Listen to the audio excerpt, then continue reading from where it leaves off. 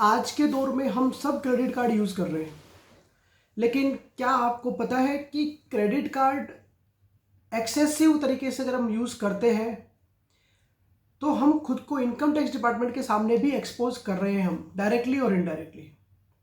तो हमें credit card use करते टाइम बहुत सी बातों का ध्यान रखना चाहिए ताकि हम खुद को इनकम टैक्स के सामने एक्सपोज ना करें, इनकम टैक्स नोटिस से हम बच जाएं। तो मैं बताता हूं दोस्तों कहाँ हम गलती करते हैं और कौन से केसेस में इनकम टैक्स डिपार्टमेंट से आपके पास नोटिस आ सकते हैं और उनसे कैसे बचा जा सकता है। सबसे पहली बात, कभी भी आप क्रेडिट कार्ड के बिल का जब पेमेंट करो तो याद रखना आपको हार्ड कैश में वो पेमेंट नहीं करना है, आपको आपके बैंक के थ्रू ही ट्रांसफर करना है जब आप क्रेडिट कार्ड के बिल का पेमेंट करो। क्यों? क्योंकि अगर आप 1 लाख से ज़्यादा का कैश में पेमेंट करते हो क्रेडिट कार्ड का, इसकी इंफॉर्मेशन तुरंत जाती है इनकम टैक्स डिपार्टमेंट के पास। इनकम टैक्स डिपार्टमेंट आपको नोटिस भी भेज सकता है आपकी आईटीआर को देखने के बाद। ये मैं वीडियो के एंड में बताऊंगा कि मैंने आईटीआर वर्ड यहाँ क्यों मेंशन किया। तो पहली चीज़ तो आपको ध्यान रखने की वो है कि आपको कभी भी बैंक में जाके कि भैया ये मेरा 40,000 का क्रेडिट कार्ड का बिल है, ये पकड़ो 40,000 रुपये और ये जमा कर दो। आपको ऐसा बिल्कुल भी नहीं करना है, किसी भी कंडीशन में नहीं करना है। लिमिट है 1 लाख की, बट मैं आपको ये सजेस्ट करूंगा कि आपको तो बिल्कुल भी नहीं करनी है ये चीज़, क्योंकि छोटा छोटा अमाउंट करते हुए कब वो 1 लाख निकल जाएगा आपको पता भी नहीं चलेगा। तो एक तो हो गया ये केस। दूसरा, अगर साल भर में आपने 10 लाख रुपए से ज़्यादा का पेमेंट क्रेडिट कार्ड के थ्रू किया है, क्रेडिट कार्ड के बिल का पेमेंट आपका अगर साल भर में 10 लाख से ज़्यादा का आया है, तो ये डिटेल भी आप मान के चलो इनकम टैक्स डिपार्टमेंट के पास जरूर होगी। अगर 10 लाख से ज़्यादा का है तो उस केस में डिपार्टमेंट आपको नोटिस भी भेज सकता है। अब डिपार्टमेंट नोटिस क्यों भेजेगा? आप सोचोगे कि इसका मतलब तो मैं क्रेडिट कार्ड यूज़ ही नहीं करना चाहिए, हमारा तो 20-25 किसी आप में से बहुत से दोस्तों का 10 लाख से ज़्यादा जा रहा होगा यूज़ और आज तक नोटिस भी नहीं आया होगा, तो वो मेरी बात से एग्री भी नहीं हो रहे होंगे कि हमारा तो 20-25 लाख हर साल जाता है, आज तक तो कोई नोटिस आया नहीं। ये fact to fact case to case basis करेगा। वो कैसे?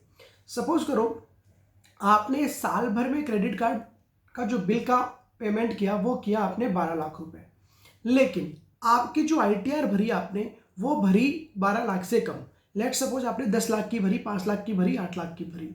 तो अब ऑब्वियस सी बात है डिपार्टमेंट को ये डाउट होगा ही होगा। अगर डिपार्टमेंट की जगह आप खुद भी बैठे हो, आपके सामने ये अगर सिचुएशन आती है कि इस पर्सन ने 12 लाख रुपए का पेमेंट किया है क्रेडिट कार्ड के थ्रू साल भर में, जबकि इसकी आईटीआर 12 लाख से कम है, लेट सपोज 8 लाख रुपए है, तो 4 लाख रुपए से कम है, तो डेफिनेटली आप ये पूछोगे ना कि भाई 4 लाख रुपए एक्सेस तेरे पास कहाँ से आए।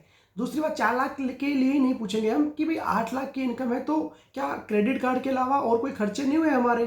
तो इस वजह से डिपार्टमेंट आपको नोटिस ऐसे केसेस में जरूर भेजेगा जब आपकी आईटीआर क्रेडिट कार्ड जो आप यूज़ कर रहे हो उस क्रेडिट कार्ड के पेमेंट से अगर आपकी कम की आईटीआर है, अगर 1 रुपये से भी कम की आईटीआर है ना फ्रेंड्स, अगर इवन बराबर और उसके आसपास की भी है ना, तो आपके पास नोटिस आने के चांसेस 100% है। दूसरा, हम क्या गलती करते हैं, बहुत बार हम कैशबैक के चक्कर में या पॉइंट्स अर्न करने के चक्कर में हमारे फ्रेंड्स हमें कुछ बोलते हैं कि यार तेरे पास ये पर्टिकुलर बैंक का क्रेडिट कार्ड है क्या? हम बोलते हैं बिल्कुल है। तो मेरे को एक फ्रिज और एसी खरीदनी है, लैपटॉप खरीदना है, 5% कैशबैक आ रहा है, तो मेरे को तेरा क्रेडिट कार्ड यूज़ करना है, मैं तेरे को पेमेंट ट्रांसफर कर दूंगा और तू तेरे बिल का पेमेंट कर देना। तो आपको ये भी नहीं करना है। ऐसा क्यों? मान लो साल भर की आपकी इनकम तो थी 10 से 11 लाख रुपए, आपका क्रेडिट कार्ड का पेमेंट आ गया 15 से 20 लाख रुपए का। क्यों आ गया? कुछ 5-7 लाख रुपए का आपने अपने पर्पज के लिए यूज़ किया था, जो कि आपने आपकी जो इनकम थी, जो भी XYZ जिस भी सोर्स से आपको इनकम हुई उससे आपने पेमेंट कर दिया, वहाँ तक तो ठीक है। बाकी एक्स्ट्रा अमाउंट 5-7 लाख रुपए आपने सारे दोस्तों के लिए यूज़ किया, उसका पेमेंट आपके पास आपके अकाउंट में आपके फ्रेंड्स ने ट्रांसफ़र कर दिया, आपने क्रेडिट कार्ड कंपनी को, बैंक को उसका पेमेंट कर दिया। अब जो आपके पास आपके फ्रेंड से पैसा आया है, डिपार्टमेंट उसको आपकी इनकम में जोड़ के आपसे मैक्सिमम मार्जिनल रेट 30% पे आप पे टैक्स लेगा और 30% आप पे उतने ही अमाउंट की पेनल्टी भी लगा सकता है, ब्याज लगेगा वो अलग। क्यों? कि भाई ये कैसे प्रूव होगा कि आपने उनके लिए कोई सामान खरीदा है? आपके अकाउंट में आपके दोस्त से एक एंट्री तो दिखेगी कि 50,000 रुपये आपके दोस्त से आपके पास आए हैं, क्या वापस डेबिट की एंट्री दिखेगी? नहीं दिखेगी। वो इसलिए नहीं दिखेगी क्योंकि उसके घर पे तो फ्रिज और एसी, कूलर, टीवी, एसी चला गया है और उसने पेमेंट आपको कर दिया है। बट डिपार्टमेंट वाला कैसे मान लेगा इस बात को? तो आपको ये ध्यान रखना है कि आपको बिल्कुल भी ऐसा नहीं करना है।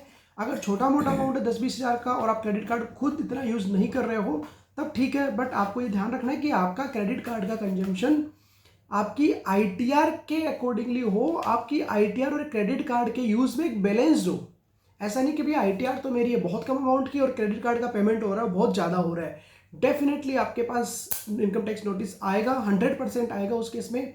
और अगर डिस्क्रिपेंसी फाउंड होती है तो आपको भारी लायबिलिटी, भारी पेनल्टी, भारी इंटरेस्ट भी चुकाना पड़ सकता है। तो मेरी आप सबसे यही रिक्वेस्ट है कि क्रेडिट कार्ड का यूज आप थोड़ा ध्यान से कीजिए, खुद को इनकम टैक्स के सामने एक्सपोज नहीं करें, क्योंकि अभी इनकम टैक्स डिपार्टमेंट की जो आर्टिफिशियल इंटेलिजेंस टीम है वो काफ़ी हद तक हम लोगों पे नज़र रखी हुई है। छोटे से छोटे ट्रांजेक्शन से लेके बड़े से बड़े ट्रांजेक्शन पर नज़र रखी हुई है। आप शेयर्स खरीदते हो, आप प्रॉपर्टी में इन्वेस्ट करते हो, आप सेविंग बैंक अकाउंट में विड्रॉ करा रहे हो, जमा करा रहे हो, इन सब छोटी छोटी चीज़ों पे भी उनकी नज़र है। तो प्लीज़ आप सबसे मेरी फिर से रिक्वेस्ट है कि क्रेडिट कार्ड का यूज़ करते टाइम इन सब बातों का ध्यान रखें।